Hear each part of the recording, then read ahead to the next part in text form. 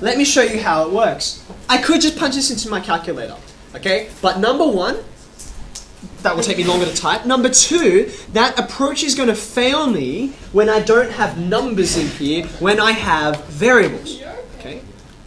So my calculator can't be my, like, you know, the way I'm going to go all the time. It's going to be very, very useless later on to rely on it. So here's what I'm going to do. 10 factorial, by definition, is 10 by 9 by 8 by etc. Okay, now I could write that whole thing out, but I don't need to write all of it to be useful. I can write 10 by 9 by, now instead of writing 8, 7, 6, 5, 4, 3, 2, 1, I'm just going to write 8 factorial. Okay?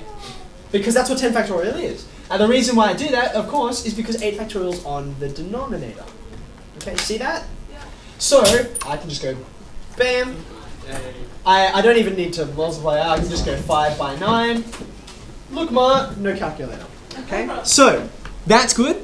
And also, when we go to algebra, is pretty much necessary. Let's have a look at. You might be able to see. It might jump out at you what this is equal to. Okay, but even if it does, you still need to actually show. Well, why is that the case?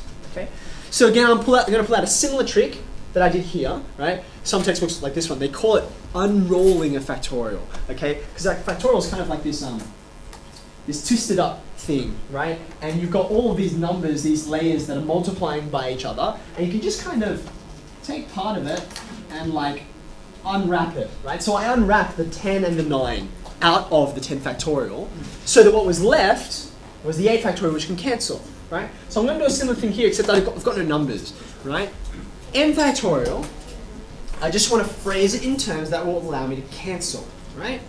So the largest term in n factorial is n. What's the next largest term?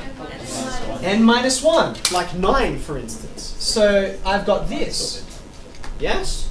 And that's all over n minus 1 factorial. So you can see this is clearly just n, right?